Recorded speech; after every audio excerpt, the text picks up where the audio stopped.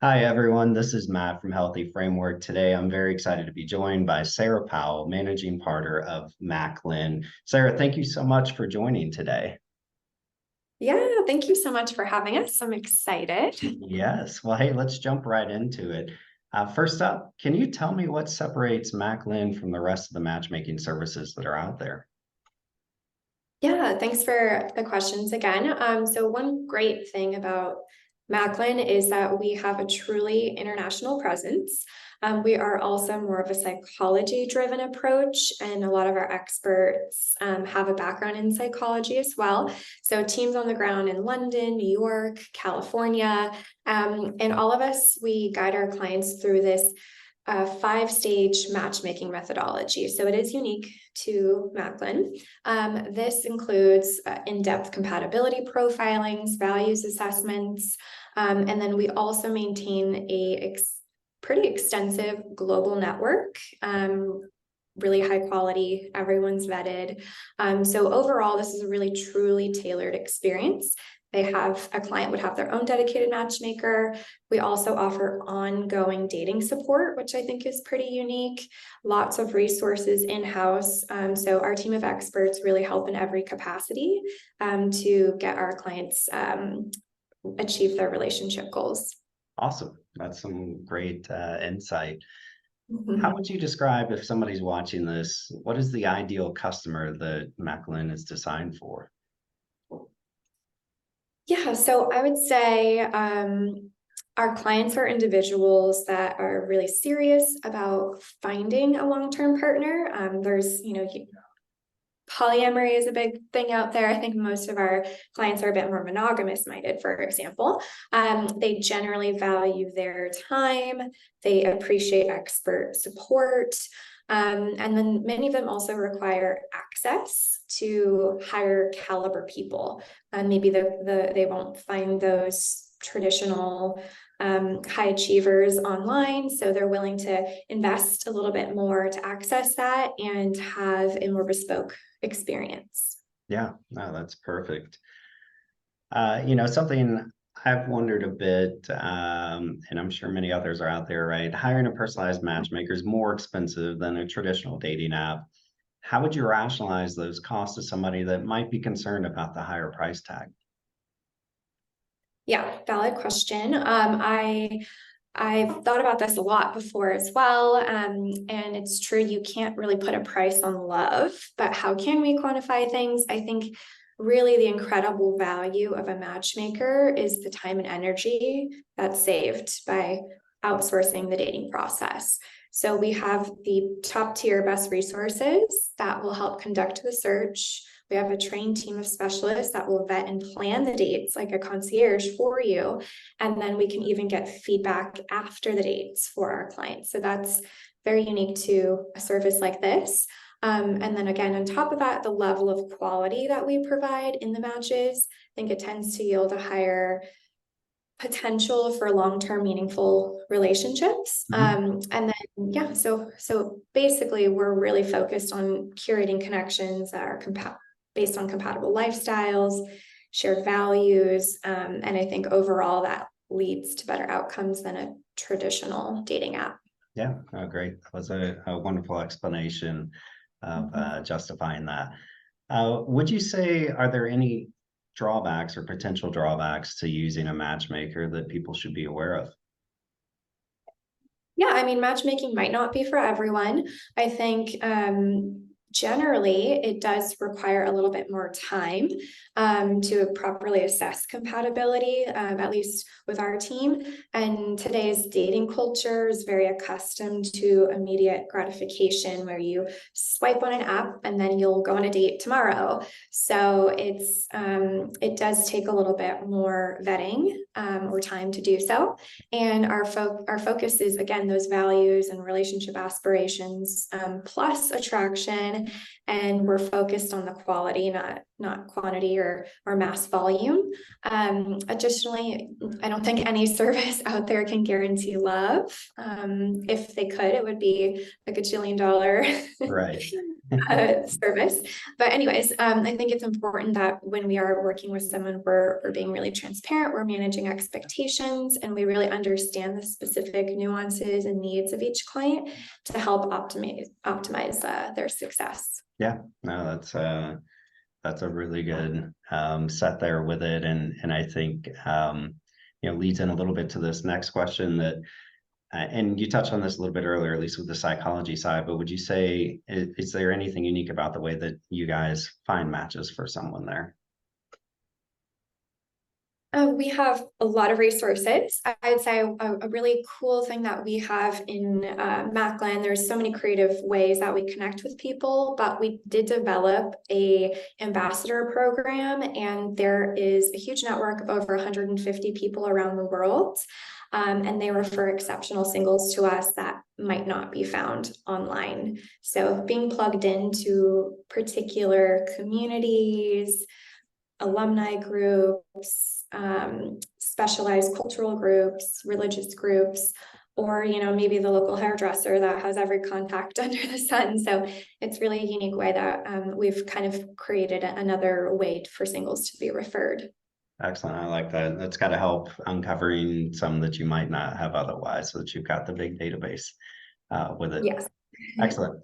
And I think you touched on this a little bit because you said otherwise you might have a $1 jillion business, but have you ever struggled to find an ideal match for a client? And if so, what's the process when this happens? Yeah, I mean, dating is inherently difficult. So there will be times where we encounter, a struggle in finding a perfect match. One example of a tough situation with a client is if they had really like broad search and then in time they've narrowed it down significantly. So for example, they're like, I'll have a global search, and then a week goes by, actually I'd prefer a 5 mile radius. So that is going to significantly impact our capabilities. And when this happens, our team does have to really be open with our communication. We'll have to discuss like how we're going to adapt our approach. And then, maybe challenging them, figuring out how we can better narrow in on the criteria and adjust expectations too. But overall, we find that if we do encounter a struggle, the best way is to communicate, encourage, coach the client, and kind of curate a better mindset to help increase their success in finding a match. Excellent. That sounds like a really good plan. Would you say, are there any misconceptions about matchmakers that you'd like people to better understand? Yeah, there are so many shows and programs out there on TV, and I would say that is often not reality. So the misconception about matchmaking that I hear a lot on when I'm getting phone calls or meeting people is that they see it on TV and they think it's only like for wealthy men, for example. It's like only like the uber rich can afford this. But for us, we are very inclusive. We'll work with anyone that wants to prioritize finding their person, regardless of gender, even sexual orientation. We work with the LGBT community. And then another misconception from TV, for example, is that every day is like fireworks, extravagant bachelor type setups. Yeah. It's not always the fantasy world, but I think people do experience in the matching realm more substantial and meaningful connections through our service. No, that's great. And I appreciate you helping kind of reset those expectations or whatever. If all they've seen is right, I think it was a Millionaire Matchmaker or something for a while. It's not always going to be that. So are there any metrics you're able to share with us? Obviously not like the secret sauce or anything, right? But ideas, I don't know, like the average time it takes to find a match, success rates, number of clients, anything along those lines that you might be able to share. Totally. So for metrics, it is unique, I guess, to each app or business or whatever their model is. For us, our clients do have various relationship goals. Marriage is not the unified aim. across our offices, we would probably only work with a handful, like 300 clients at one given time. That's a relatively small number because we're giving really high level of service to those clients. And it's again specific to each situation, but there are areas that we influence and they influence to optimize success. So the two things that we're in control of is our network, and there's over 18,000, maybe 20,000 people at this point in our global network. We're really proud of that. It's growing rapidly. And then again, our expertise. So many of our team members have credentials in psychology, whether they went to school, bachelor's, master's, and they use that professional experience to influence meeting the right people. So those are two in our control. Their control is relationship readiness. Again, circling back to what is their goals, some people have never had a relationship. They've been career oriented, and they just want to kind of get their feet wet, or even like divorcees, widows, they're in a second wind, so to speak. And they just want to date again as well. So for us, relationship success would be when they want to go exclusive with their match. That is our definition of success, because the overall end outcome might vary between our clientele. And then if they have the right growth mindset, those again are our clients that seem to have the most success. And overall, when all of those things align, we have around 85% success rate in matching. That's a pretty high rate. That's amazing. Very cool. Thank you. All right, so last one for you, and this one's kind of fun. I appreciate hearing the different takes from different people. Do you have a favorite success story that you'd like to share from your personal experience there? Yeah, there are so many. We have this amazing group chat, the Love Gurus chat, and we're always flicking in pictures and stories and messages of all like the marriages and babies. A recent match that comes to mind, I like this story because it's like an unorthodox pairing and almost like against the odds type of story.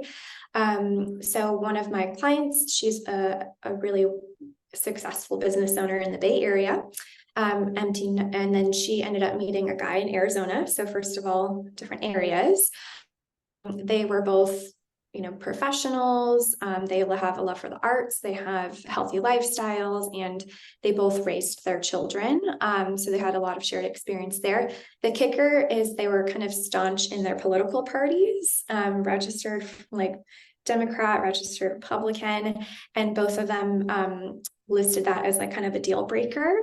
But as the matchmaker, you get to know the individuals on a human level. You get to understand the values.